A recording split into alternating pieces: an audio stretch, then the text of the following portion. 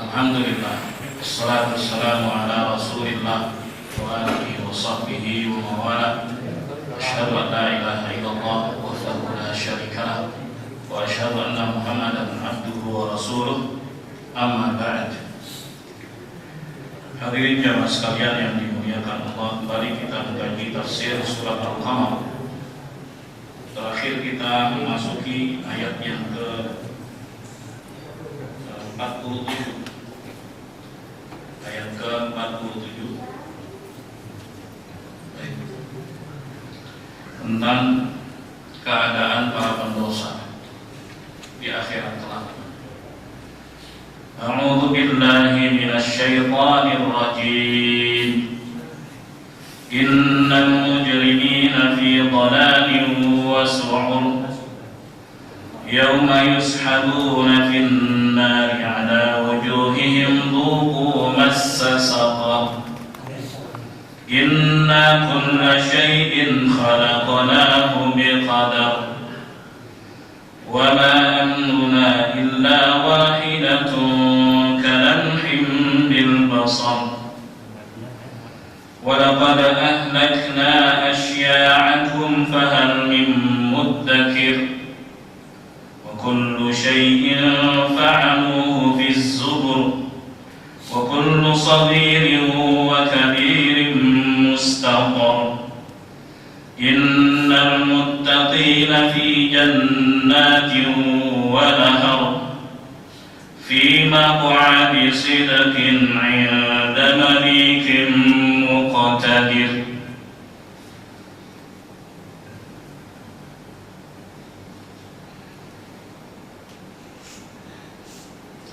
Allah Subhanahu wa ta'ala berfirman, sesungguhnya para pendosa itu di dalam kesesatan dan di dalam neraka. Kesesatan di dunia dan neraka di akhirat. Ini peringatan dari Allah Subhanahu wa ta'ala bagi kita yang masih hidup, bahwa mereka yang menyimpang dari jalan Allah Subhanahu wa ta'ala di dunia, maka balasannya adalah siksaan yang pedih darinya. Lalu Allah Subhanahu wa ta'ala mengatakan, yauma yushabuna fin nari ala wujuhihim. Di hari ketika mereka diseret di neraka di atas wajah-wajah mereka. Jadi yang langsung terantuk itu adalah wajah. Biasanya kan pakai jalan itu adalah kaki, maka yang dipakai jalan ini adalah wajah. Allah Subhanahu wa ta'ala yang kuasa untuk membuat kaki sebagai alat untuk berjalan, maka Allah Subhanahu wa ta'ala juga maha kuasa untuk membuat wajah itu sebagai alat untuk berjalan. Jadi dihinakan betul oleh Allah Subhanahu wa ta'ala dan mereka diseret. Kama kanu fi su'urin musyakkin mutaraddidin. Sebagaimana dahulu mereka di dalam keraguan, kebimbangan. Awratahum dzalik an-nar. Maka Allah Subhanahu wa ta'ala memberikan ganjaran neraka buat mereka. Wa kama kanu dulalan, sebagaimana dahulu mereka menyimpang di dunia, tidak patuh kepada Allah Subhanahu wa ta'ala. Yushabuna fiha ala wujuhihim. Maka mereka pun di akhirat diseret di atas wajah-wajah mereka.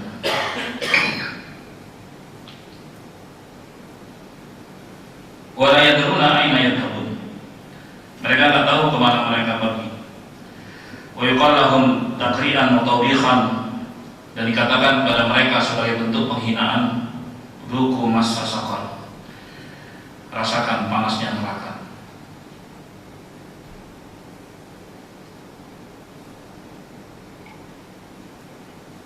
Subhanallah.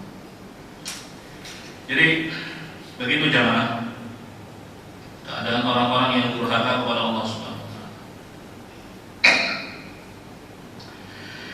Lalu Allah Subhanahu wa ta'ala mengatakan, inna kulla syai'in khalaqnahu biqadar. Sungguhnya kami ciptakan segala sesuatu itu dengan takdirnya, dengan ketentuannya. Ya. Sebagaimana juga dalam surat Al-Furqan ayat 2, kata Allah Subhanahu wa taala, "Wa khalaqa kulla syai'in faqaddarahu taqdira." Allah Subhanahu wa taala menciptakan segala sesuatu dan dialah yang menentukan takdirnya masing-masing. Nah, jemaah sekalian yang dimuliakan Allah,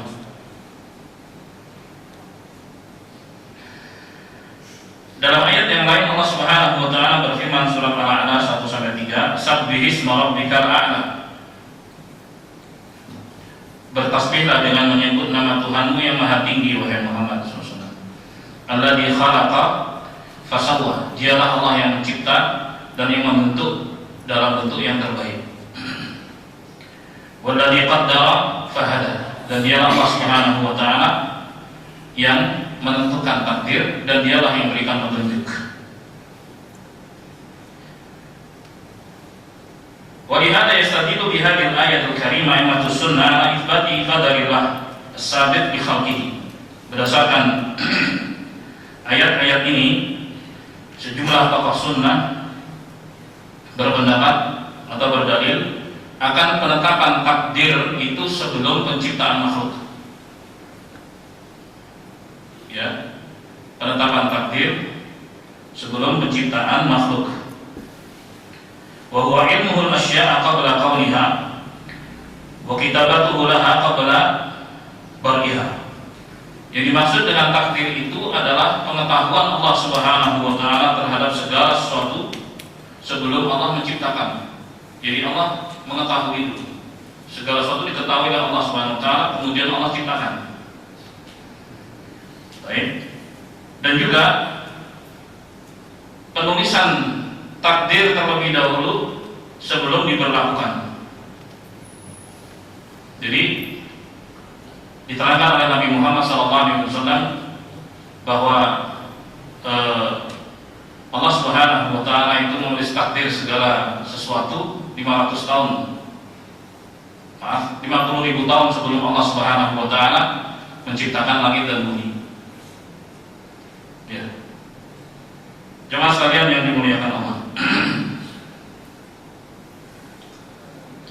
Al-Imam Ahmad meriwayatkan dari Abu Hurairah semoga Allah meridainya, beliau mengatakan ja'a musyriku Quraisy ila Nabi sallallahu alaihi wasallam yakhasimunahu fil qadar. Datang kaum musyrikin Quraisy, kafir Quraisy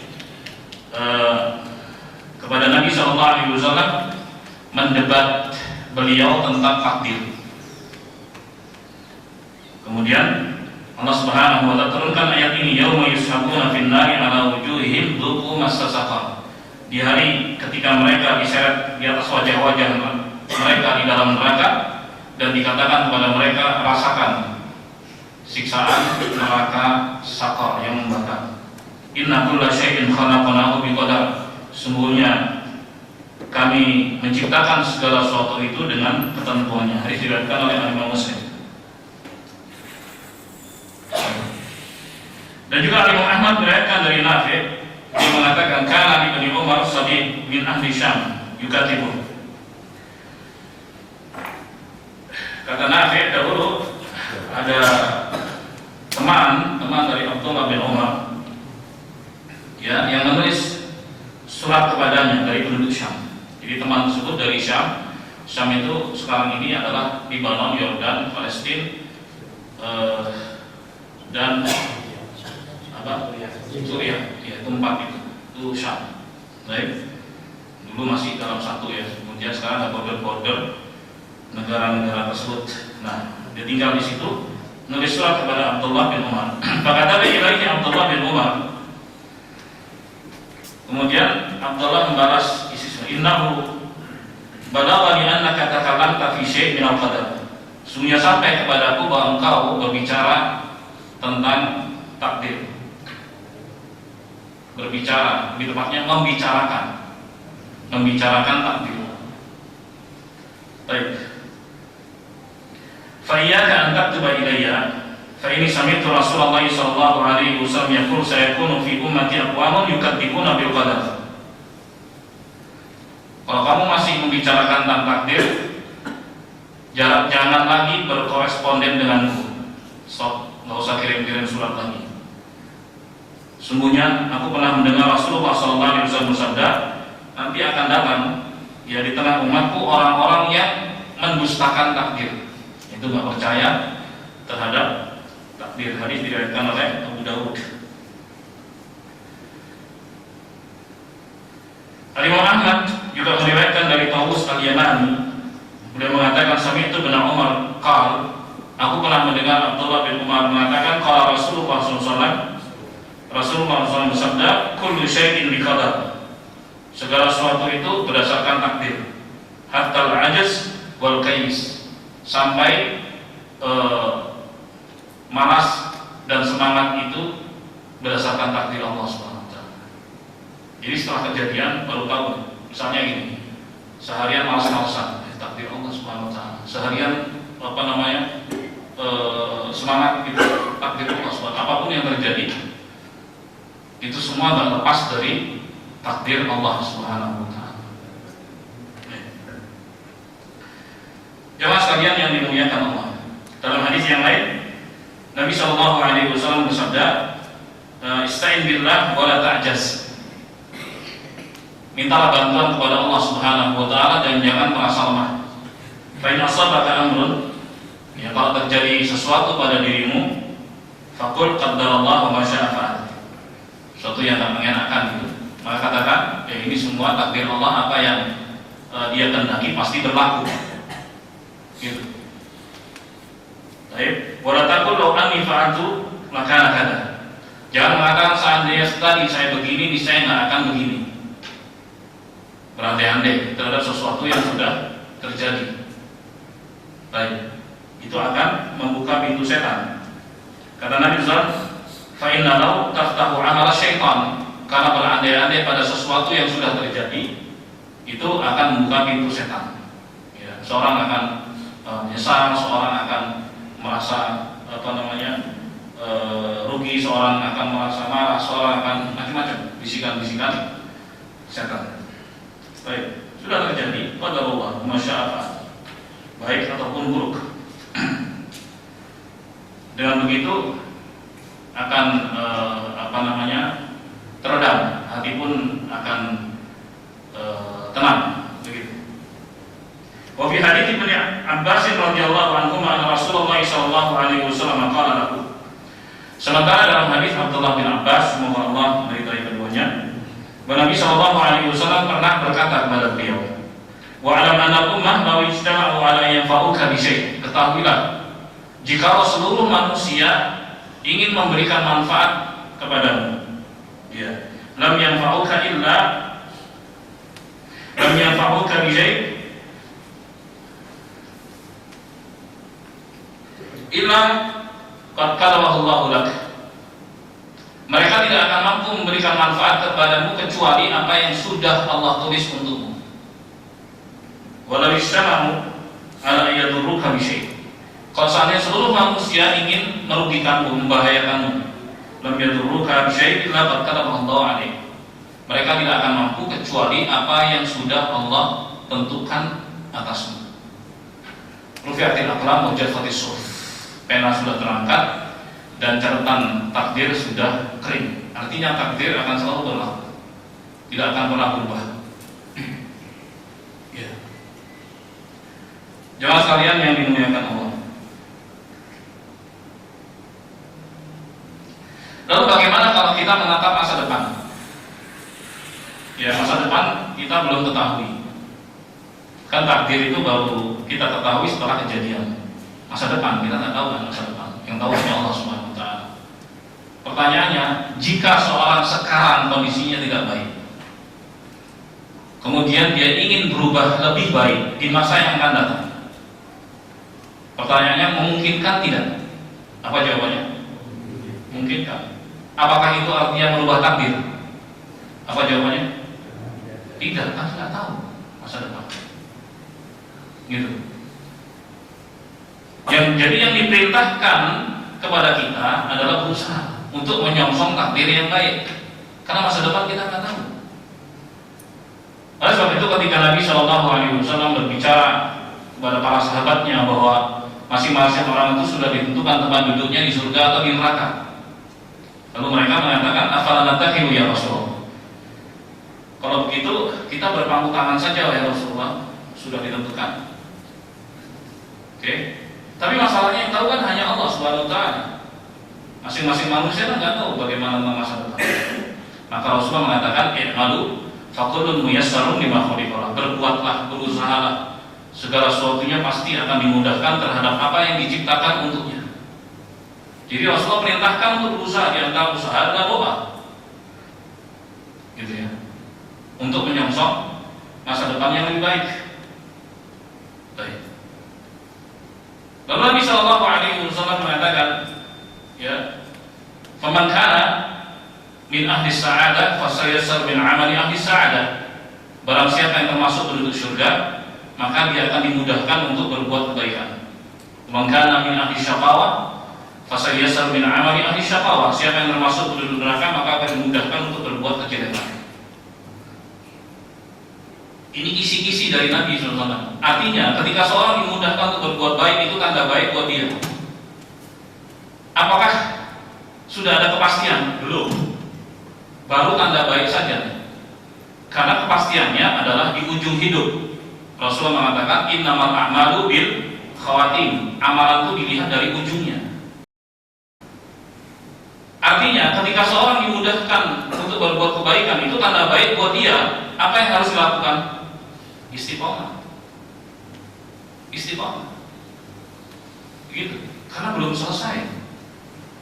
Urusannya belum selesai. Jemaah. Oleh sebab itu, ada istilah husnul khatimah.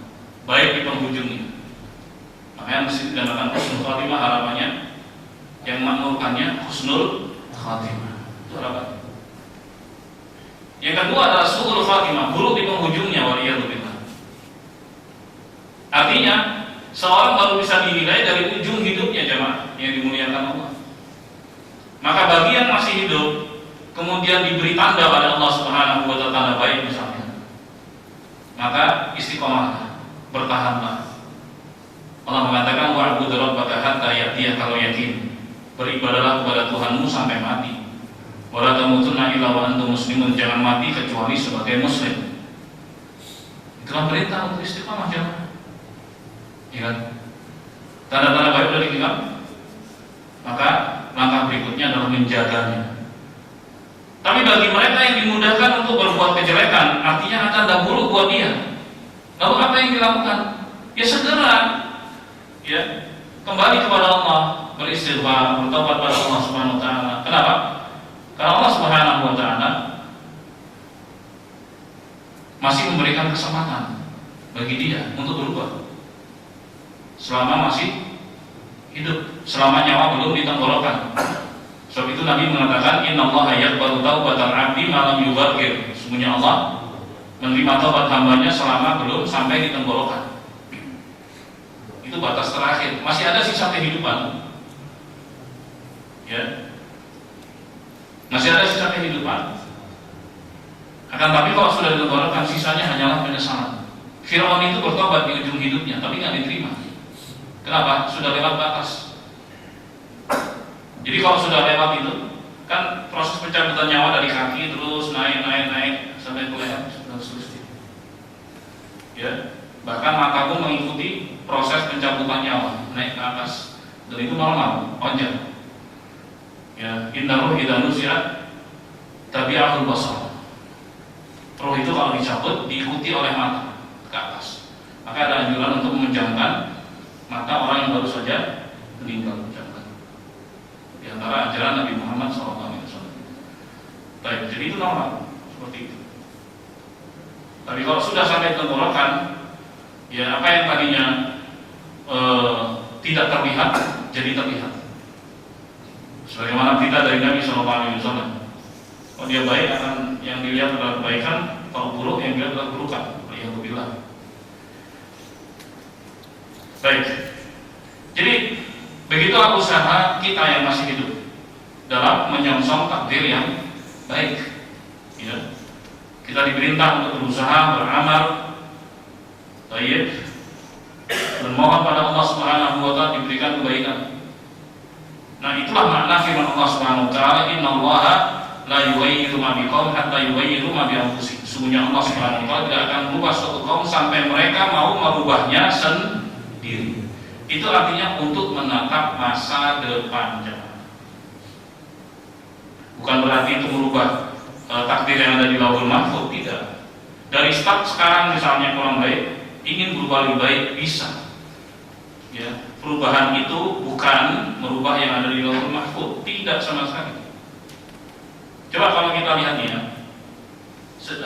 biografi seorang yang sudah meninggal dunia, mulai dari kecil sampai dia meninggal dunia, kan kita bisa lihat tuh, bagaimana kehidupannya, kadang naik, kadang turun. Bukankah itu perubahan dari satu waktu ke waktu? Ya kan, kalau dipotong-potong itu kan perubahan gitu. Kadang naik, kadang turun, kadang. Nah, secara keseluruhannya itu semua sudah ditakdirkan oleh Allah Subhanahu wa taala. Memang begitu jalan hidupnya. Kita lihat ke diri kita sendiri sampai detik ini misalnya. Bagaimana dulu kita masih kecil gitu, terus beranjak dan seterusnya sampai detik ini. Kan begitu, dinamis. Itu kan perubahan-perubahan. Tapi perubahan-perubahan itu dalam satu rangkaian, itulah takdir Allah buat kita. Bukan artinya mengubah takdir yang ada di Lauhul Mahfuz. Tidak, memang begitu takdirnya. Nah, kita dalam menyongsong masa depan dari titik sekarang, pengen lebih baik lagi, bisa. Karena itulah yang dianjurkan Nabi Muhammad SAW. Berbuat, beramal, berusaha, sama-sama kebaikan. Gitu. Dimulai dari doa. Itu yang paling mudah soalnya. Kalau doa yang paling mudah aja sudah susah, apalagi yang lain. Doa kan tinggal minta. Nggak sedikit orang susah untuk berdoa ya Allah. Ya, maka ketika seorang dimudahkan untuk banyak meminta kepada Allah Subhanahu wa taala, itu kebaikan buat dia. Dan Allah mengatakan, "Wa qala rabbukum ud'uni astajib lakum." Tuhan kalian berkata, mintalah kepadaku pasti aku kabulkan. Jemaah sekalian yang dimuliakan Allah. Kemudian hadis berikutnya diriwayatkan oleh Imam Ahmad dari Al-Walid bin Ubadah. Beliau mengatakan, "Dakhaltu ala Ubadah wa huwa maridun atakhayalu fihi al-maut." Ya. Al-Walid berkata, "Aku mendatangi ayahku yang sedang sakit. Kok aku melihat seakan-akan ini mau mati ayahku ini. Ya. Karena berat matinya. Faqul ya abatah." Dalam keadaan seperti ini, anjuran bagi anak untuk minta wasiat. Wasiat itu bukan duit yang dimaksud di sini ya, tapi pesan-pesan baik yang akan dilaksanakan setelah kematian. Jadi ketika seorang anak melihat orang tuanya sudah dalam keadaan berat, ya minta wasiat. Ya. Al-Walid berkata, "Wahai ayah, ausini wajtahidni, berikan wasiat kepadaku dan bersungguh-sungguhlah untuk memberikan wasiat yang terbaik untukku." Gitu. Niscaya aku akan amalkan, niscaya aku akan laksanakan. Gitu. Baik. Faqala ajlisuni. Maka Ubadah bin Samit radhiyallahu anhu mengatakan pada anak-anaknya, "Dudukkan aku." Tadinya berbaring. Namanya orang sakit kan gitu. Minta didudukkan. Duduk aja udah berat, artinya memang kondisinya udah berat saat itu. "Dudukkan aku." Didudukkan sama anak-anaknya. Lalu falamma ajlasuhu qala, ketika anak-anak sudah mendudukkannya, maka Ubadah bin Samit radhiyallahu anhu berpesan, Ya bani, wahai anak-anakku, innaka lam tuqim ta'mal iman. Sungguhnya kalian tidak akan bisa merasakan manisnya iman, lezatnya iman. Iman itu bisa dirasakan kelezatannya, jemaah. Ya, bukan lezat dan manis seperti rasa buah dan sebagainya. Ada ketenangan, ada ketentraman di dalam hati. Saya kasih contoh. Nabi Muhammad SAW mengatakan, waju'ilat qurratu aini fis shalah. Dijadikan kebahagiaanku itu di dalam sholat. Jadi Nabi itu sangat senang ketika beliau sholat, sangat bahagia ketika sholat. Bahkan sholat merupakan hiburan bagi beliau. Ya, seorang berinteraksi dengan Allah Subhanahu Wa Taala, bermunajat, berbisik dengan Allah Subhanahu Wa Taala. Masing-masing orang berbeda-beda dalam menikmati sholatnya. Ada yang sampai di level sangat nikmat sekali dia sholat.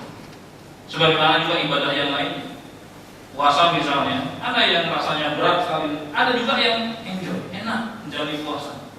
Demikian pula ibadah seperti berbagi kepada sesama. Sebagian orang dia sangat senang ketika dia bisa berbagi kepada sesama, nikmat dia rasakan itu. Tapi ada juga orang yang terasa berat banget untuk berbagi. Nah itu. Jadi yang dimaksud dengan manisnya iman adalah rasa tenang, tentram, bahagia ketika menjalankan ketaatan kepada Allah Subhanahu Wa Taala.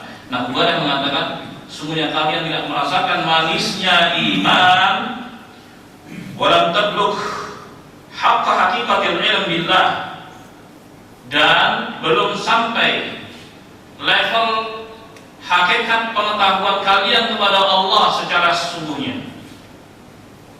Hatta tu'minu bil qadar khairihi wa syarrihi, sampai kalian betul-betul beriman kepada takdir yang baik maupun yang buruk. Barulah kalian bisa merasakan manisnya kalau kalian beriman kepada takdir. Itu. Karena keimanan kepada takdir itu akan menenangkan hati. Kalau takdirnya baik, tidak membuat orang sombong, tidak membuat orang lepas kontrol dalam kebahagiaannya. Bahkan terkadang ya, kebahagiaan yang berlebih itu mendatangkan bencana buat dia. Tak sedikit orang dapat kendaraan bagus gitu, senang rasanya, coba tes, padahal belum mahir, kencang nabrak mati, hancur habis.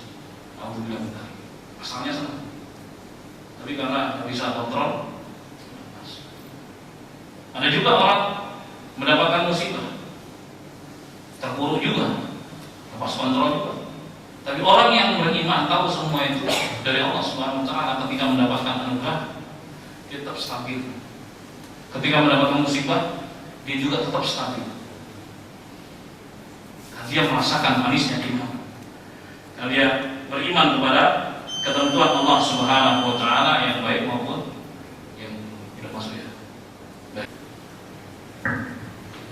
Jemaah sekalian yang dimuliakan Allah. Baik, Ubadah bin Samit berwasiat pada anak-anaknya, sesungguhnya kalian tidak akan merasakan manisnya iman. Sesungguhnya kalian tidak akan pernah kenal Allah Subhanahu Wa Taala dengan sebenarnya sampai kalian beriman kepada takdir yang baik maupun yang buruk. Anak-anak bikin penjelasan. Kadang pernyataan itu belum bisa dipahami. Mereka bertanya, wa kaifa li an a'lama ma khairul qadar wa syarruh?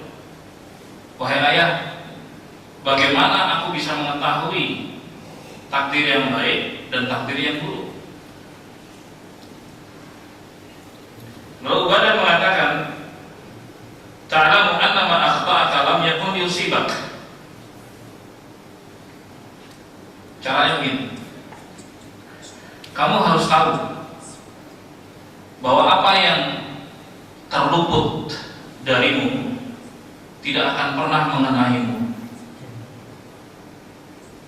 Wa ma asabaka lam yakun yukhti'ak,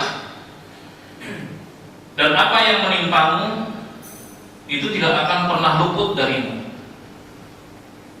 Artinya apa jemaah? Ini setelah kejadian. Ya, begitu kejadian ternyata seorang gagal atau luput misalnya dari sesuatu yang dia harapkan sebelumnya, udah itu takdir Allah Subhanahu Wa Taala.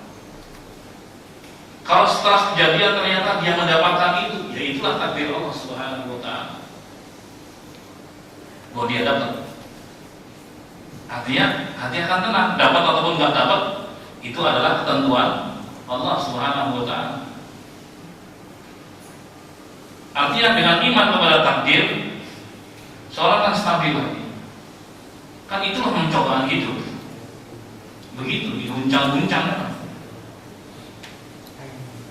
Sementara manusia diingatkan bahwa hidup di dunia ini tujuannya apa?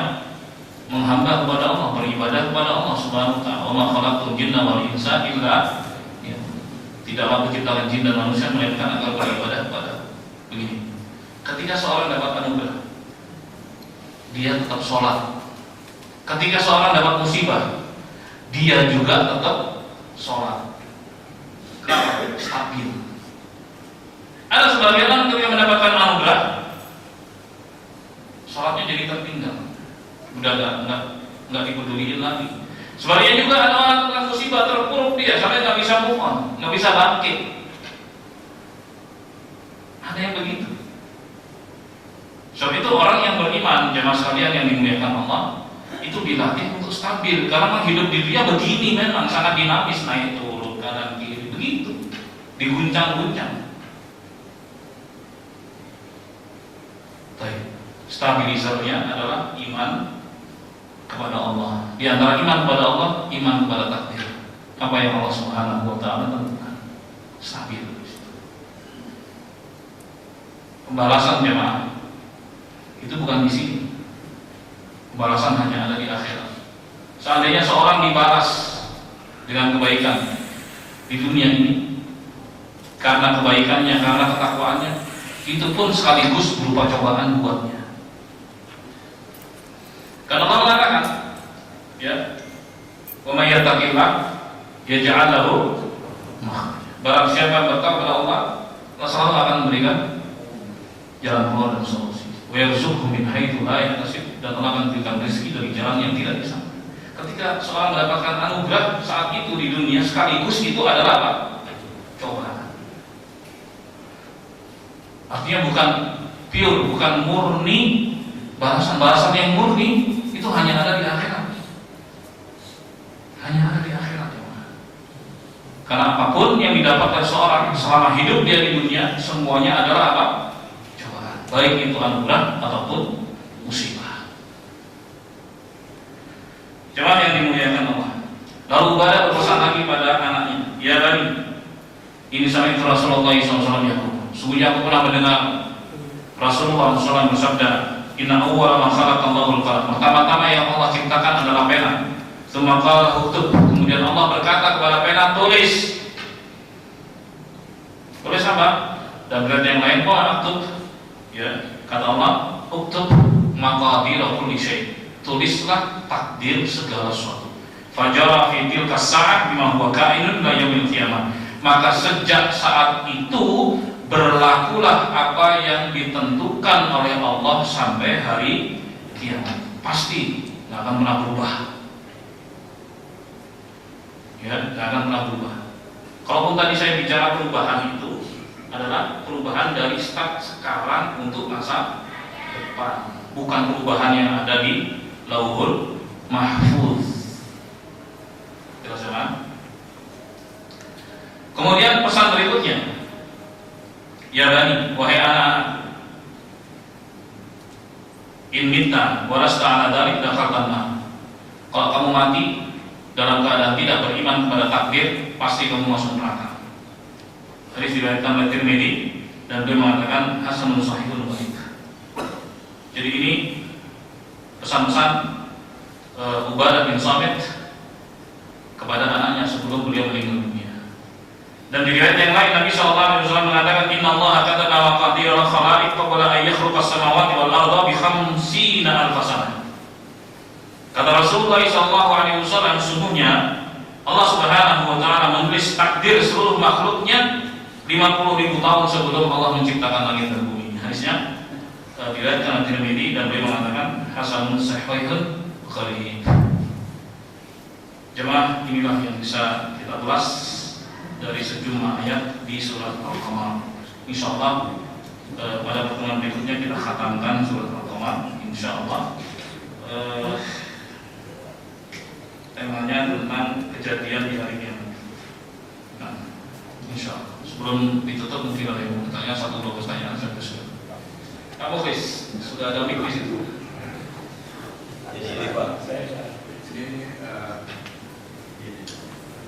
sudah gampang sebetulnya mengisah takdir ini. Gimana Pak? Silakan Pak. Ya, ini sudah ditakdirkan Allah, kita tinggal menjalani. Tapi kita harus berusaha. Jadi saya katakan percaya pada takdir Allah itu. Nah di pengingat saya dulu pernah semua ya masih di sekolah pertama setiap sekitar jam 12 waktu itu dari jam 8 sampai jam 1 ada apa sekolah itu di setiap jam 12 di dekat sekolah itu ada masjid gitu. Ya surau lah, di surau sana. Jadi saya selalu sekitar jam 12 itu ya udah izin dulu ya. Waktu itu ya lucu juga saya ingat sekarang anak SMP itu nggak boleh celana panjang, nggak tahu saya sekarang boleh ada anak SD itu boleh. Jadi saya selalu bawa ke sarung. Nah, jadi saya ditanya oleh kawan sekelas, tapi dia bukan Islam. Ya, kok kamu tiap musim udah izin gimana? Ya saya ceritakan lagi itu gitu. Ya kenapa begitu kan? Selesai dulu dong. Saya tidak bisa menjelaskan, tapi ya sekarang sudah minta izin sama guru sebenarnya. Terus, lalu ya terpikir saya bagaimana ya ini? Allah sudah mentakdirkan begitu, tapi apa kita perlu berusaha? Harus kita berusaha. Di mana kita yang tahu takdir? Kalau kita berusaha melawan takdir, kan melawan Allah namanya. Ini bagaimana memahami? Saya ya ini dari dulu nggak bisa cuman ya saya merasa ya berusaha itu sudah dari dulu ya tidak ada pembahasan itu penjelasan itu ya saya berusaha. Tapi saya berusaha bukan berarti saya tidak bisa bertakdir itu. Baik. Jadi ini Pak Mulis. Saya pernah tinggal di sebuah desa di Saudi Arabia, namanya Nijamia. Saya murah sama dengan Syekh Ahmad bin Yahya Najmi rahimahullah, mufti Saudi Arabia bagian selatan. Kejadian itu di tahun 2007, di mana usia beliau 84 saat itu. Saya tinggal di situ. Jadi ada masjid beliau baru dua lantai. Saya diminta untuk nuntun beliau naik ke atas lantai 2. Sampai di atas kan belum ada pagar, terbuka masih apa namanya baru lah, proses pembangunan kan, belum ada tembok bagian atasnya.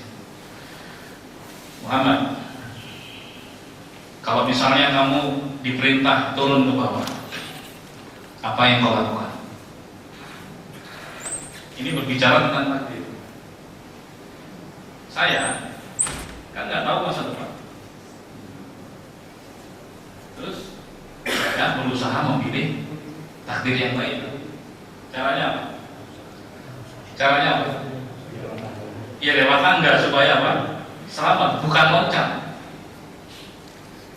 Kalau pilihan saya loncat, takdirnya apa? Ya, enggak patah tulang gitu kan? Itu sunatullah itu Pak Mulis. Tapi di situ ada perintah untuk memilih. Penjelasannya. Allah sudah menakdirkan es dingin, api panas. Kalau kita mendekat ke es, ya kita akan merasakan dingin. Kalau kita genggam, ya kita akan kedinginan. Demikian pula kalau kita mendekat ke api hangat, kalau kita pegang ya panas. Itu sunatullah, takdir Allah Subhanahu wa taala. Terus kita diperintah, gitu. Allah sudah mengetahui apa yang akan kita pilih dan apa yang akan terjadi setelah itu. Kan kita nggak tahu masa depan. Kita tentunya berusaha untuk milih yang baik. Kalau api ya nggak usah dipegang, ya dekat-dekat kan supaya mendapat manfaat hangatnya. Kalau yang tadi ya es ya nggak perlu dipegang juga, cukup mendapatkan hawa dingin. Itu usaha. Nah, apa yang kita lakukan ini sudah diketahui oleh Allah Subhanahu wa taala. Allah Maha tahu masa depan, sementara kita nggak tahu. Itu maksudnya. Jadi kita diperintah untuk menyongsong takdir yang baik. Setelah kejadian apapun itu, ya kita harus sadari, ya inilah yang ditakdirkan oleh Allah Subhanahu wa taala. Demikian. Satu lagi.